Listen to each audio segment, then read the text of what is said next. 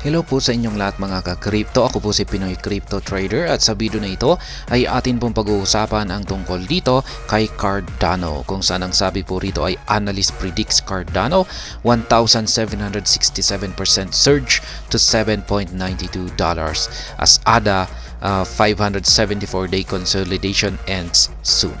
Kaya yan, meron daw pong isang analyst ang naglabas ng kanyang prediction dito kay Cardano na ito raw po ay posibleng magkaroon ng price surge or umakyat po ng 1,767% patungo po sa presyong $7.92.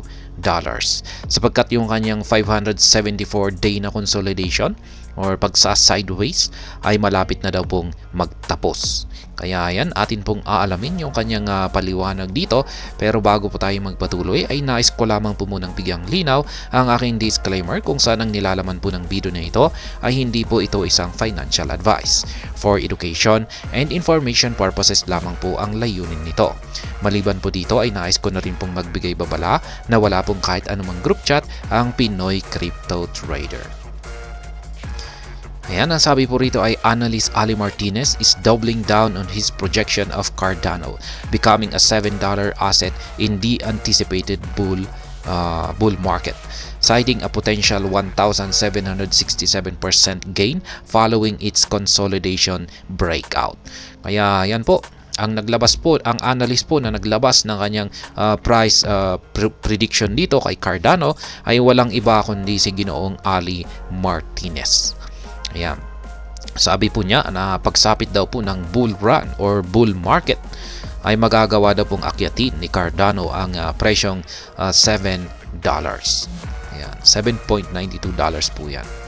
At ito po ay may potensyal na magbibigay ng 1,767% na gain mula po sa kanyang kasalukuyang presyo ngayon. Sapagkat ang magdudulot daw po nito ay magkakaroon na raw po ito ng breakout. Yan, isa pong consolidation breakout ang magaganap na siyang magiging dahilan kung bakit ito sasabog. In recent weeks, Cardano has continued to struggle around the 0.50 range or 0.5 or 50 cents range, often losing psychological threshold. Over the past week, ADA has registered a 7.16% decline, hitting a low of 0.4875. Kaya yan. Ngayon ay si Cardano raw ay kasalukuyang nahihirapan daw po siya sa presyong nagkakaroon po siya ng struggle o nahihirapan po siya dito sa presyo na 0.5 range. Yan, basta nandito po. Yan, sakop po ng sasakop po ng presyo na ito. 0.5. Yan. Ibig pong sabihin ay dito lamang po siya naglalaro. Hindi po siya makaalis-alis dito. Kaya isa po itong psychological threshold. Itong nakalipas na linggo, si Cardano or si ADA ay nakapagtala po siya ng 7.16% na pagbagsak. Kaya bumagsak po siya sa presyong sa mababang presyo na 0.4875. However, market watchers are becoming increasingly more confident about Cardano's impending bullish trajectory. One such confident market observer is renowned analyst Ali Martinez.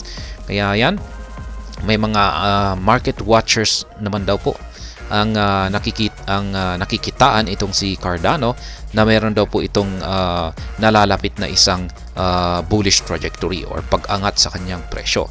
At isa lamang po sa mga market watchers na ito or mga analyst ay walang iba kundi si Ginoong Ali Martinez. The foundation of the confidence in is ADA's present candlestick patterns mirroring past pre-bull dynamics. Kaya yan, yung isa pang parang pundasyon dito or pinakabasihan kung bakit malapit nang magkaroon ng bullish trajectory itong si Cardano ay dahil meron po siyang binuong isang candlestick pattern na nagpapakita po sa mga candlestick pattern noong nitong mga nakalipas na kanyang historical performance bago ito nagkaroon ng pag-angat or pre-bull dynamics or matinding pag-angat sa kanyang presyo or price surge. How Cardano's past pre-bull cycle look. Yan. Ano nga ba yung itsura or yung parang itsura ng kanyang naging performance nitong nakalipas na pre-bull cycle?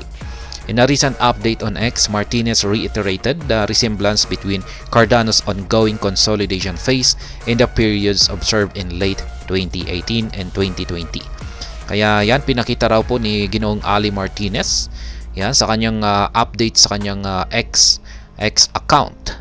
Yan, yung pagkakapareho ng consolidation phase ni Cardano na naganap nitong nakalipas na taong 2018 hanggang 2020.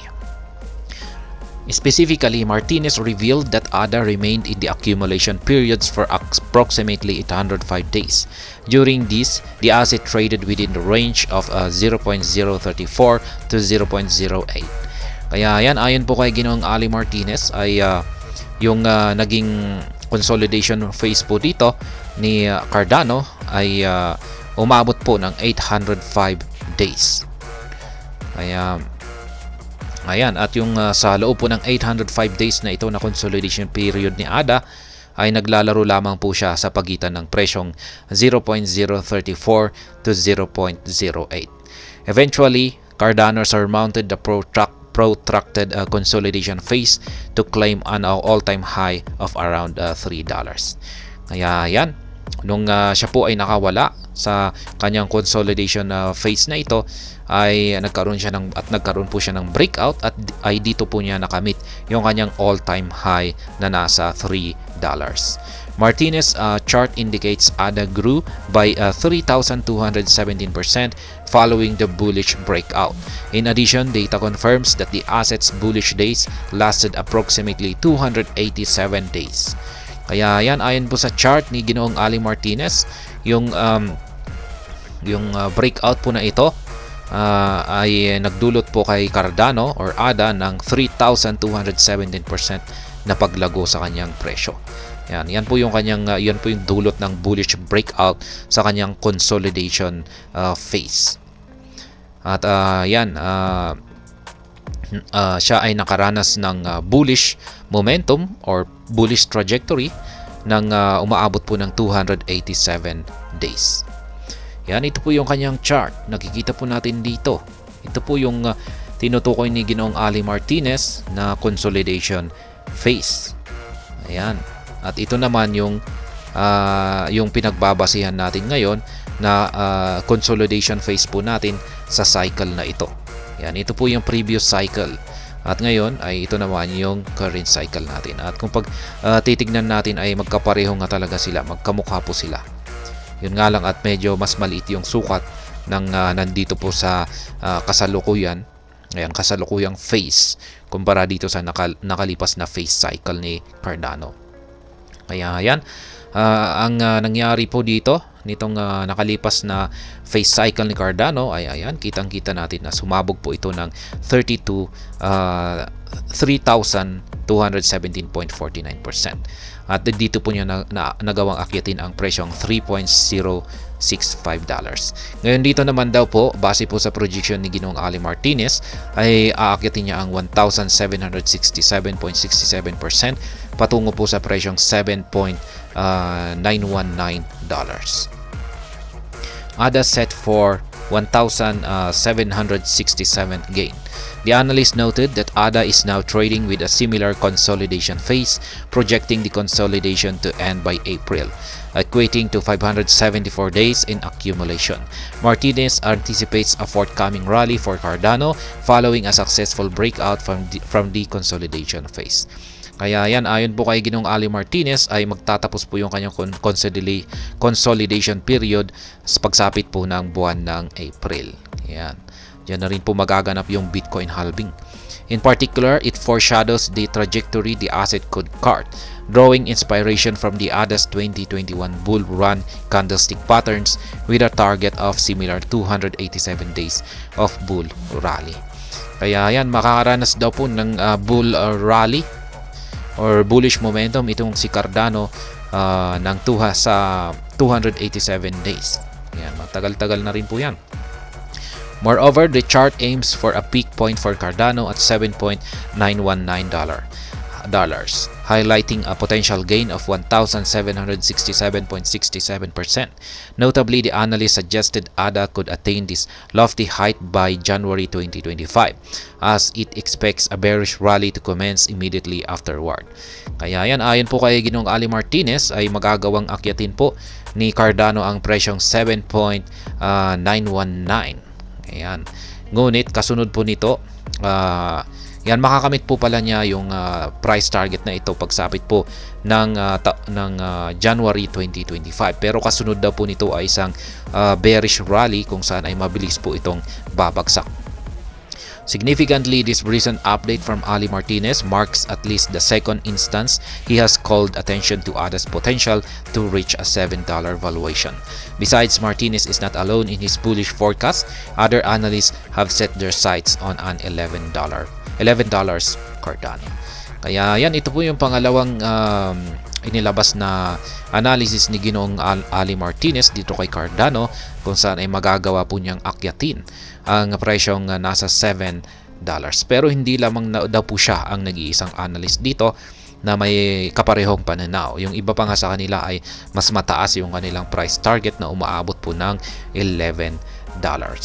At ayan, hanggang dito na lamang po tayo sa video na ito. Sana po ay inyong nagustuhan ang aking paliwanag dito. Kung inyo po itong nagustuhan ay pakiclick lamang po ang like button nito. Para naman po sa mga bago lamang dito, kayo po ay aking inaanyayahan para mag-subscribe. Pakiclick na rin po ang bell icon nito dahil ito po ang siya magsisilbing notification nito sa mga bago kong videos na akin pong ina-upload sa aking YouTube channel na ito. Marami pong salamat sa panunood, ingat po tayo lagi at God bless po sa ating lahat.